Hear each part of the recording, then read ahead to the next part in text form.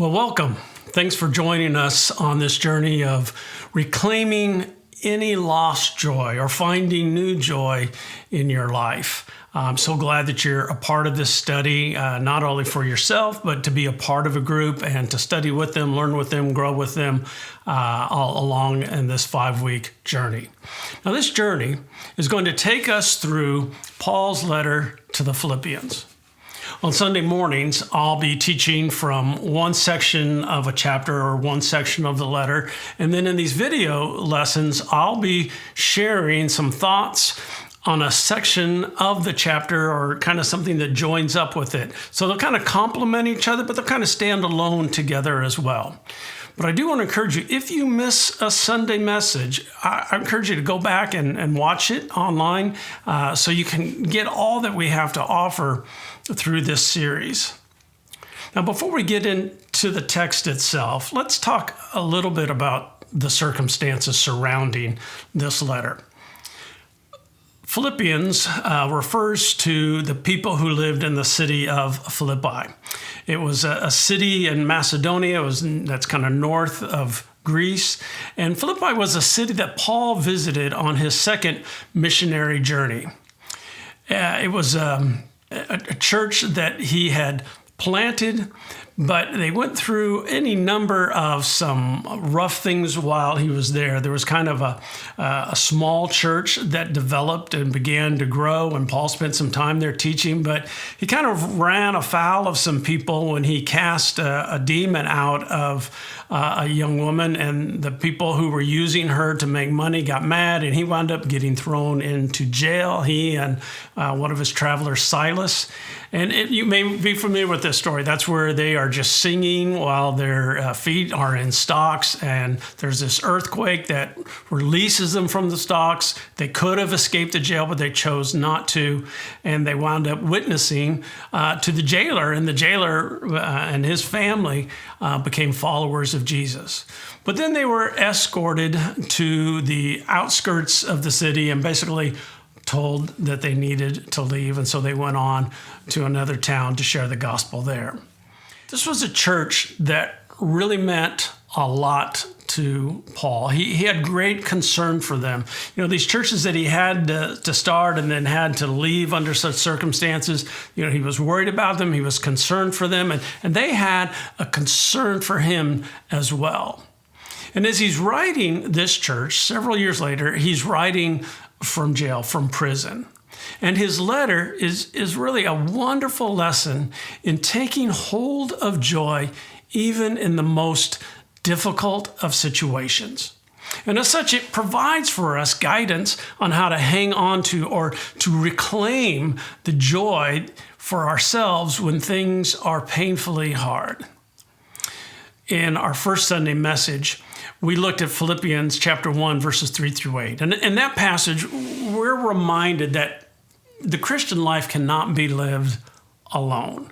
We need other people. We need God's holy people. We're also reminded that the Great Commission cannot be accomplished alone. We need partners. And that the Christian life cannot be it cannot be a life without any emotion. It can't be an emotionalist journey. We need friends to that. And so we need others through this to reclaim our joy in Jesus. This is not a solitary journey. Now, it is possible to go through seasons of life where we maybe don't have as many people around us. It's not that we can't have any joy in those moments. But really, for the long haul, the Christian life needs to have other people. And if we are not engaging in the Christian life with other people, with even just a few friends who walk with us, it's going to be a hard journey. It's going to be a journey that joy is going to be elusive. So that's one of the things that we learn from that passage. But now let's take a look at the next few verses, at verses 9 through 11 in chapter 1. Here's what Paul writes. He said, "This is my prayer, that your love may abound more and more in knowledge and depth of insight, so that you may be able to discern what is best and may be pure and blameless for the day of Christ, filled with the fruit of righteousness that comes through Jesus Christ to the glory and praise of God. This section tells us what Paul asked of God for the Philippians as he's praying for them. He lets them know, this is what I'm praying for you folks. Not only does it provide for us a template for our own prayers for other people and for ourselves, but it reminds us of what we need. First, we need a deeper love filled with knowledge and insight. You know, we know that the bigger the container we have, the more we can hold of something. A bigger mug means more coffee. A bigger ice glass means more sweet tea. A bigger boat means a bigger shark. We sometimes, reference shallow relationships or a shallow love, a love that cannot contain very much, that can't hold much.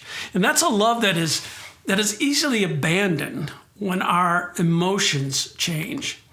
So a deeper love is not about more passionate feelings. It's about more patience, more kindness, more perseverance. It's a love that is willing to explore, to contemplate, to take more in, and so that it can give more out. So Paul's prayers seem to indicate that when our love grows, we can handle more knowledge. More knowledge about his word, more knowledge about his will, his ways. I'm talking about God, more knowledge about God's word, more knowledge about God's will, more knowledge about God's ways. But not just more knowledge. That knowledge needs to lead to something. We're told that knowledge actually can kind of puff us up. So that knowledge, if it's combined with love, can lead us to more depth of insight. Think about your own relationships. Not just, good friends, but people you may meet along the way, people you at work or something, maybe just an acquaintance, the first time you meet somebody, and someone becomes guilty of what we call TMI. They're just offering too much information for that level of relationship. You're just not ready for it. But then if you think of a spouse or a really good friend who you love, you care about, you can handle more information, can't you? Don't you even want more information? Let's view that through a positive lens. A relationship grows and is fed by an increasing knowledge of each other. You get to know somebody, you learn a little bit about them, you share a little bit about yourself, and they share a little bit more about themselves, and you share a little bit more, and as time goes by, you just know more and more, and your love, your care for them grows and grows along the way. So as your love for God grows, and your love for God's people, and for even your enemies grow, you can handle more and more information. In fact, you want it. You want to know more. And with that knowledge, you begin to develop more discernment about what is best, about how to handle different situations, how to conduct yourself, which path to choose when you have a choice. Why is that important to us? Sometimes applying biblical truths is really easy. You're tempted to gossip about somebody? Well, don't. Tempted to take something that isn't yours? Don't. But some of life's situations don't have these very specific or direct biblical commands addressing them. And in fact, as modern life develops more and more, and we get further away from the situations and the way of life in biblical times, we have to kind of figure out, well, how do these truths address some of these modern situations that the people of biblical times weren't even thinking about. So we need to discern then how to apply God's word appropriately to the situation or the circumstance that we're facing. Now, how does that relate to reclaiming our joy? Let me remind you of a simple formula. Maybe you've heard this before. Maybe you've heard me share it. Maybe you saw it somewhere else. And it's very simply this: A plus B equals C. Now, A stands for the activating event. C is the consequence, or how we feel about the event. So what is B? Well, B is what we believe about the event. And what we believe impacts how we feel about it. It's the interpretation or the meaning that we give it. And this is what we will see Paul do in his circumstances. He looks at the event of his imprisonment, but rather than despair, he chooses to rejoice. Let me give you an illustration. Maybe you've had somebody do something for you. And in that moment, you ever ask, well, why did you do that? Were they saying I wasn't capable of doing that? Did they think I was too late on that? Are they sending me some kind of negative message? Or do you look at it and go, oh, wow, they did that for me. That's true. That's off my plate. Or they did that in a much better way. Or that's now something I don't have to worry about. How you interpreted it, what you believed about it, determined how you felt about it. Whether you appreciated it and rejoiced in it, or whether you resented it. So how can we get to that place? How can Paul get to this place where he is able to rejoice in the fact that he's in prison? Well, by discerning that there were good things that were happening, not just in spite of his imprisonment, but because of it. Catch that? He's not just saying, well, this is bad, but I guess it's okay this way. He looks at it and says, this wouldn't happen if this hadn't happened in the first place. Now, I'll readily admit, that's not easy to do. That's not easy to do oftentimes. But that's why we need the growing love in our lives, growing love for God, growing love for people.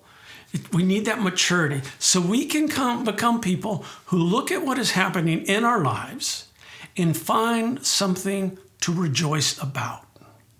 Now, a quick word of caution here. That is something we need to seek. People need to seek for themselves, not something we need handed to us or that we need to hand off to someone else. That means we don't walk up to our friends who are going through something challenging or hard and try to point out to them all the silver lining of the storm clouds around them. Such an unsolicited approach won't connect and will probably even short-circuit the growth process and will probably hinder your relationship with them. But here's the great news. As we learn to discern what is best, we can discover more fruitful living. We can discover that fruit that is known as the fruit of the Spirit: love, joy, peace, patience, kindness, goodness, faithfulness, gentleness, self-control. Those things become even more evident in our lives. And over the years, haven't you found that is what you want more and more of? When we're young, we want a lot of stuff. And as we get older, we realize the stuff doesn't bring us the happiness. If we could have more peace, if we could have more patience, if we could have more joy, we need that stuff of the fruit of the Spirit happen in our lives. And so that's what I'm hoping we will discover together in these next few weeks. And so I want to invite you now to process this out with your group, discuss it, see what you can learn from one another. And thanks again for being part of this study. I'm praying that it indeed helps you reclaim any joy that you've lost.